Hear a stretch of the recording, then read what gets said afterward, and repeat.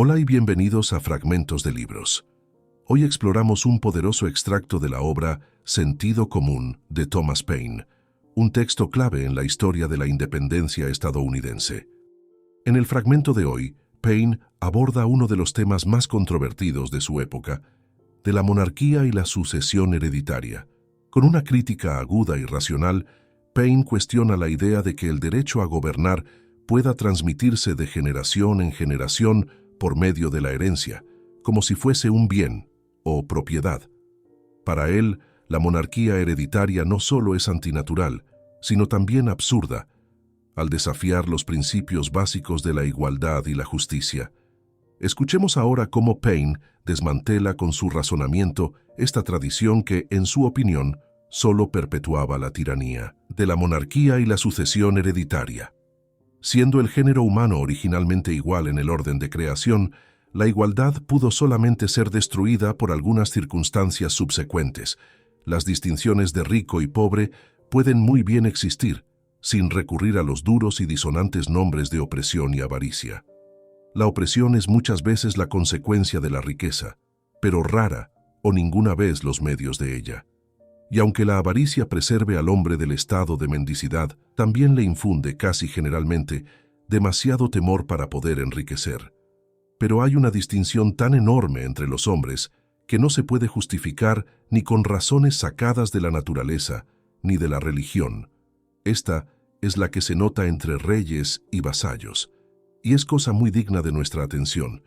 Inquirir cómo vino al mundo una raza tan superior a los demás hombres y tan privilegiada, que parece ser de muy diferente especie. Y también nos toca indagar si estos semidioses son más bien útiles que perjudiciales a la felicidad del género humano. En los tiempos primitivos del mundo, según la cronología de la Sagrada Escritura, no había reyes, y por consiguiente tampoco había guerras. El orgullo de los reyes ha sumergido a la especie humana en un abismo de tinieblas y confusión. La Holanda sin rey ha gozado más paz en ese último siglo que ningún otro gobierno monárquico de la Europa. La antigüedad nos presenta a los patriarcas gozando en los campos de una felicidad pura, que desaparece cuando llegamos a la historia de la monarquía judaica. El gobierno de reyes fue primeramente introducido en el mundo por los paganos, cuya imitación lo adoptaron los hijos de Israel. Ha sido esta la invención más feliz del diablo para promover la idolatría. Los paganos tributaban honores divinos a sus difuntos reyes, y el mundo cristiano ha perfeccionado el plan de esclavitud, divinizando en vida a los suyos. Cuán impío es el título de Sacra Real Majestad, aplicado a un insecto que en medio de su esplendor se está deshaciendo en polvo.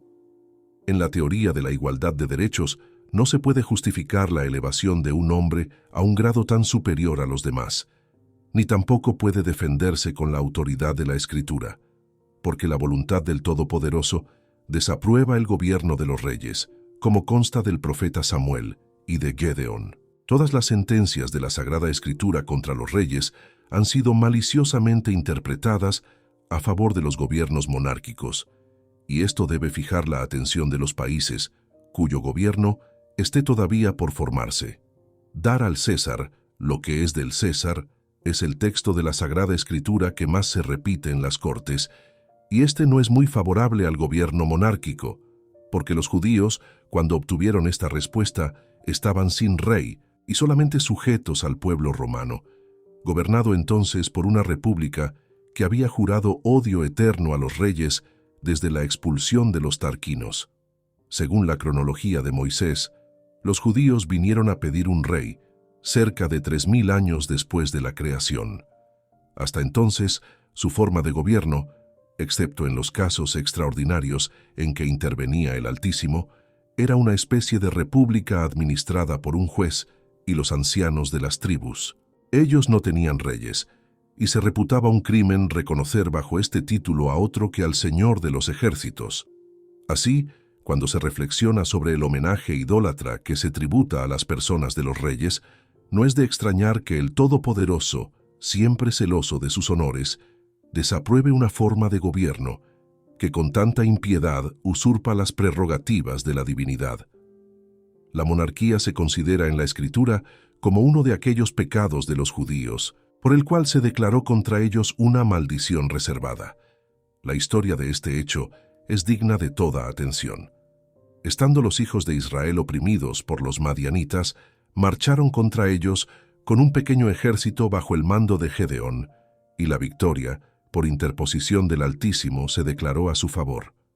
Los judíos, orgullosos del triunfo y atribuyéndolo a los talentos de Gedeón, intentaron hacerlo rey diciéndole: «Gobierna sobre nosotros, tú y tus hijos, y los hijos de tus hijos». Este fue el mayor absurdo. No solamente le ofrecieron sin reino, sino también un reino hereditario. Pero Gedeón, con una piedad propia de su alma, respondió: «Yo no gobernaré sobre vosotros, ni mis hijos tampoco gobernarán sobre vosotros. El Señor gobernará sobre vosotros». Estas palabras no necesitan de más explicación. Gedeón no rehúsa el honor, pero niega en ellos el derecho de dárselo, y lejos de tributarles expresivas acciones de gracias, les reprende en el estilo sublime de un profeta su desafecto e ingratitud a su legítimo soberano, el Rey de los cielos. 130 años después, incurrieron por segunda vez en el mismo error. No se puede concebir la extremada inclinación de los judíos a las costumbres idólatras de los paganos.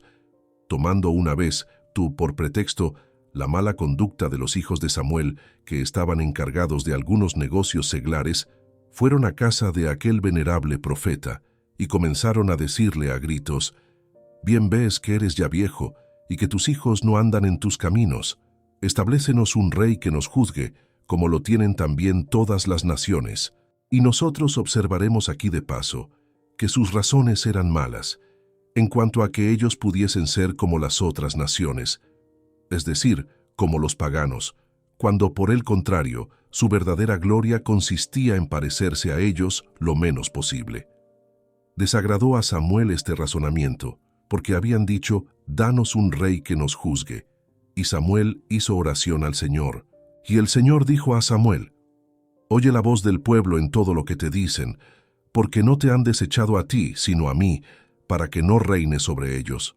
Conforme a todas las obras que han hecho desde el día que los saqué de Egipto hasta este día, como me dejaron a mí y sirvieron a esos dioses ajenos, así lo hacen también contigo. Ahora pues, oye su voz, pero protéstales primero y anúnciales el derecho del rey que ha de reinar sobre ellos. Esto es, no el derecho de algún rey particular, sino la conducta general de los reyes de la tierra, a quienes Israel imitaba con tanta ansia. Y no obstante la gran distancia de tiempo y diferencia de usos y costumbres, el carácter es todavía el mismo, y lo será eternamente». Y así Samuel refirió todas las palabras del Señor al pueblo, que le habla pedido un rey. Y dijo: «Este será el derecho del rey que ha de mandar sobre vosotros. Tomará vuestros hijos, y los pondrá en sus carros, y los hará sus guardias de a caballo, y que corran delante de sus coches». Esta descripción conviene exactamente con el uso del día en las cortes de los reyes. «Y los hará sus tribunos y centuriones, y labradores de sus campos y segadores de sus mieses, y que fabriquen sus armas y sus carros. Hará también a vuestras hijas sus perfumeras, sus cocineras y panaderas». Esto hace alusión al lujo y lujuria de los reyes. «Tomará a sí mismo lo mejor de vuestros campos y viñas y olivares, y lo dará a sus siervos, y diezmará vuestras mieses y los esquilmos de las viñas, para darlo a sus eunucos y criados.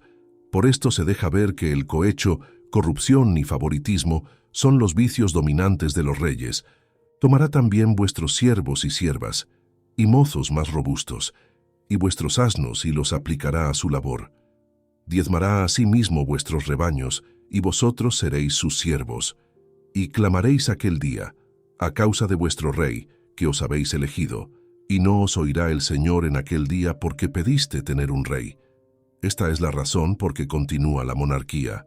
Ni el carácter de los pocos reyes buenos que ha habido después santifica el título, ni borra la criminalidad del origen.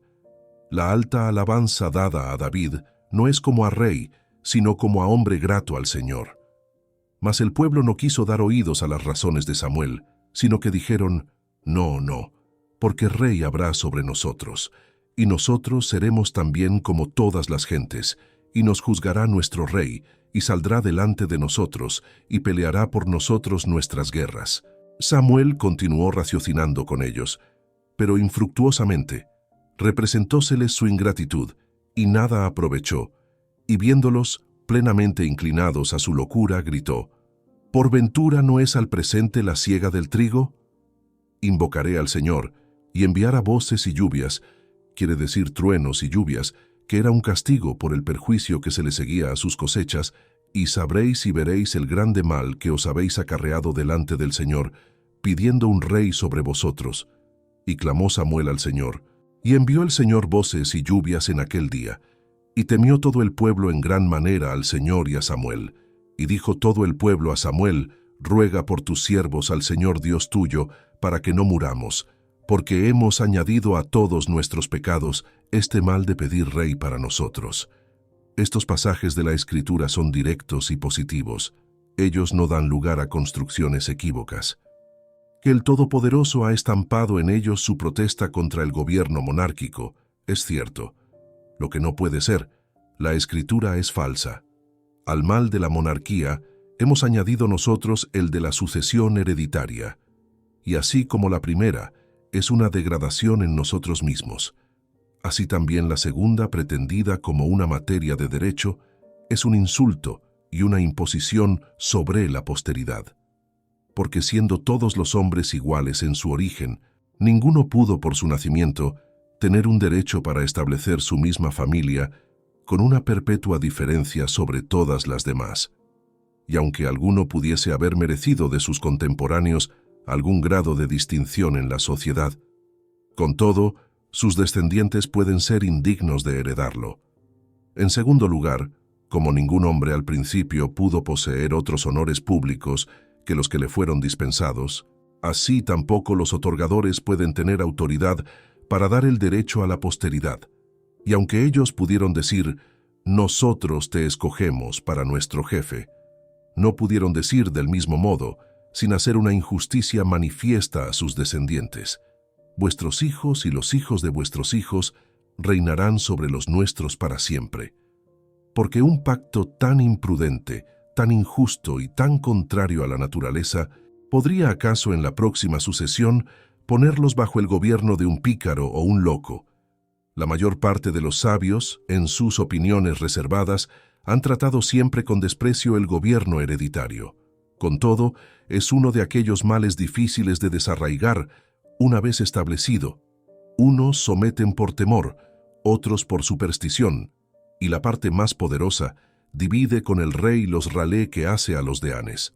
Esto es suponer que la presente raza de reyes ha tomado en el mundo un origen honroso, cuando al contrario es muy probable que si corriéramos el obscuro velo de la antigüedad y los siguiéramos hasta su nacimiento, hallaríamos que el primero de ellos ha sido, cuando más, el principal asesino de alguna cuadrilla de salteadores, y que sus modales groseros, o preeminencia en sutileza, le ganó el título de jefe entre los ladrones, y que aumentando su poder y extendiendo sus rapiñas, intimidó a los habitantes pacíficos e indefensos, hasta hacerles comprar su seguridad con frecuentes contribuciones.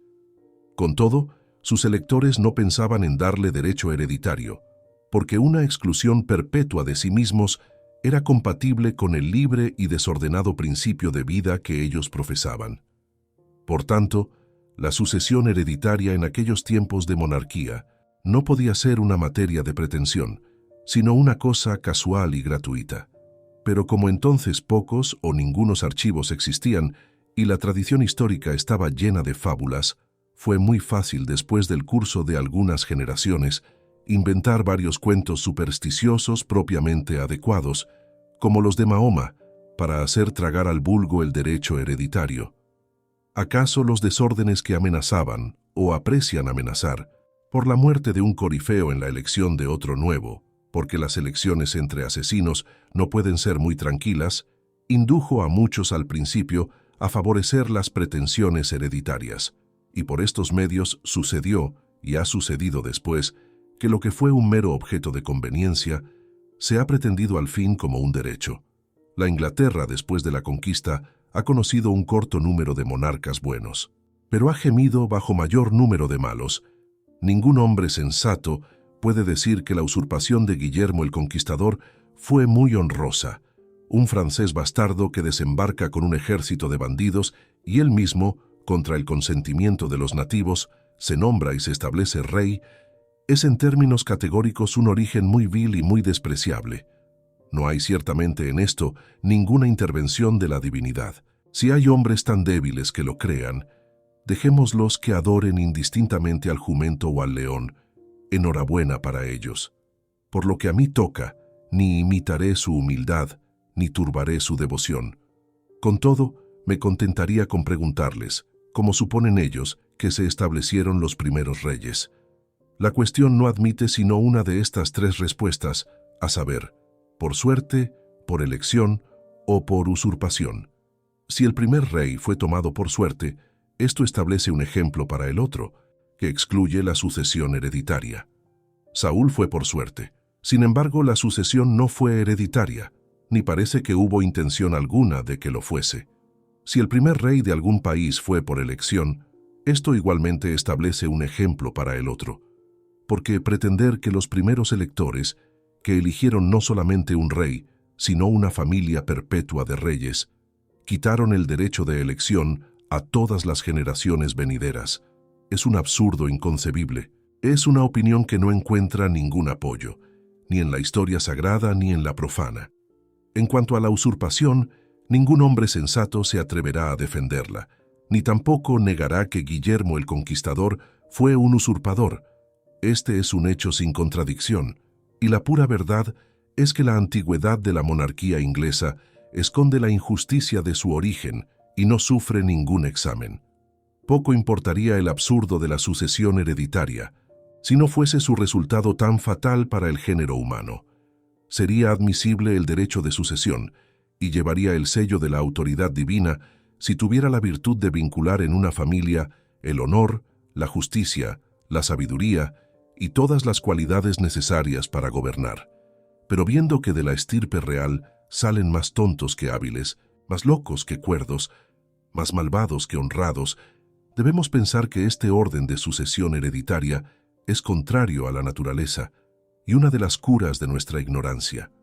Pronto se vuelven insolentes aquellos hombres que creen haber nacido solo para mandar, considerando a sus semejantes creados como machos de carga para obedecer.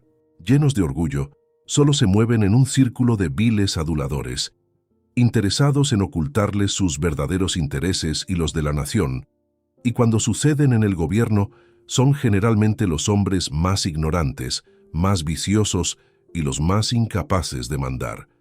Otro de los males que trae la sucesión hereditaria es que el trono está expuesto a ser poseído por un menor de cualquier edad, en cuyo tiempo la regencia, obrando a nombre del rey, tiene toda la oportunidad y ocasión de hacer traición a su confianza. La misma desgracia nacional sucede cuando un rey, abrumado por la edad y enfermedad, llega al último grado de debilidad humana. En ambos casos, el pueblo es la víctima de los perversos que pueden intrigar con éxito por las locuras de la vejez o de la infancia. La mejor razón que se ha dado a favor de la sucesión hereditaria es que ella preserva una nación de guerras civiles, y si esto fuera cierto, sería de bastante peso.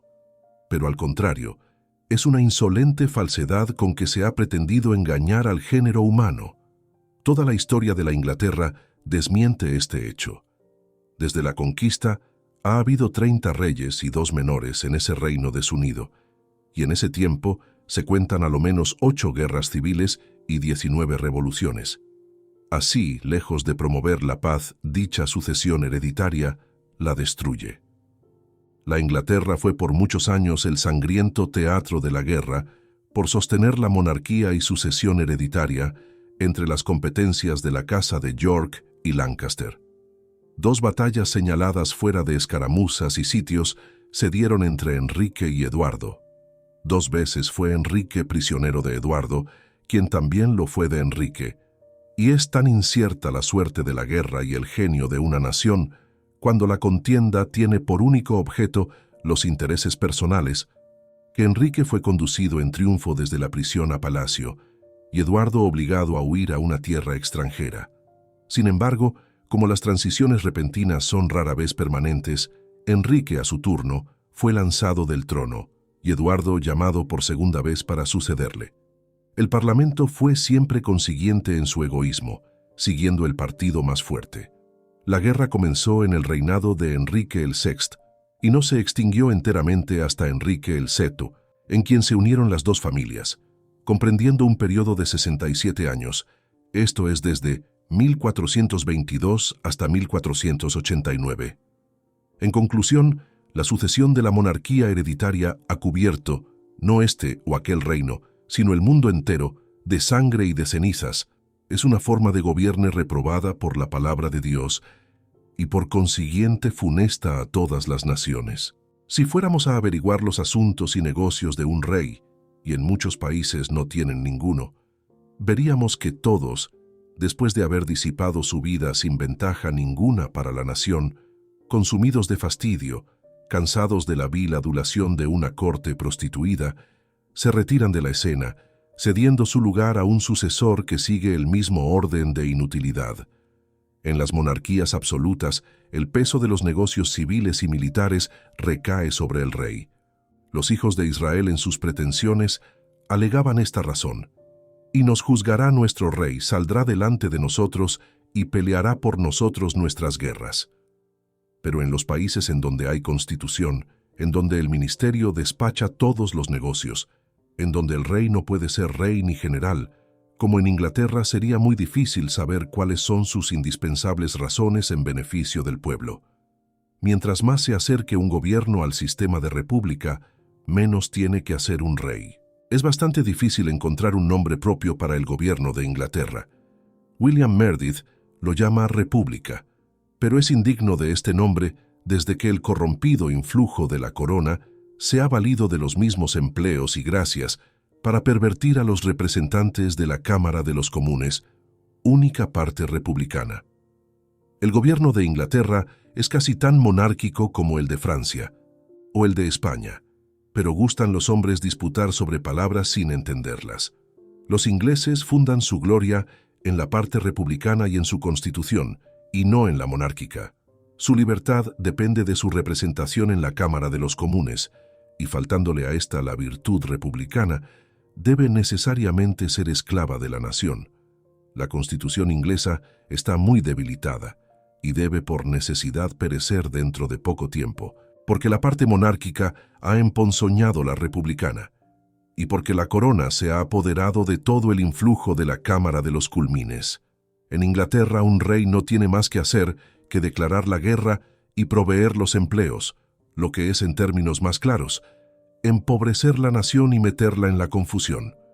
Hermosa ocupación en verdad, para que se le den 4 millones de duros de renta anual y que se le rindan en este inundo honores divinos. Un hombre honrado e industrioso es más útil a la sociedad y más grato a los ojos de Dios que todos los asesinos coronados que han vivido hasta ahora. Y así, Thomas Paine nos deja con una reflexión profunda sobre el poder y sus peligros cuando se concentra en unas pocas manos, sin mérito ni consentimiento popular. Hoy, aunque muchas sociedades han dejado atrás la monarquía hereditaria, las estructuras de poder aún son susceptibles a la corrupción, la concentración de riquezas y la desigualdad. Paine nos invita a cuestionar las autoridades, no por el simple hecho de hacerlo, sino para construir sociedades más justas, donde la voz de cada ciudadano tenga peso. En la actualidad, aún enfrentamos desafíos similares, donde los privilegios se perpetúan en círculos cerrados y las oportunidades para muchos siguen siendo limitadas. Debemos preguntarnos, ¿cuánto ha cambiado realmente el mundo desde que Paine escribió estas líneas? Y, más importante aún, ¿qué podemos hacer nosotros para seguir exigiendo justicia e igualdad? Si te ha hecho reflexionar este fragmento, te invitamos a que compartas este video y que sigas a El Búho para más contenido de este tipo y te unas a este viaje de aprendizaje y crítica. Juntos podemos seguir construyendo un pensamiento libre y profundo. Nos vemos en el siguiente fragmento.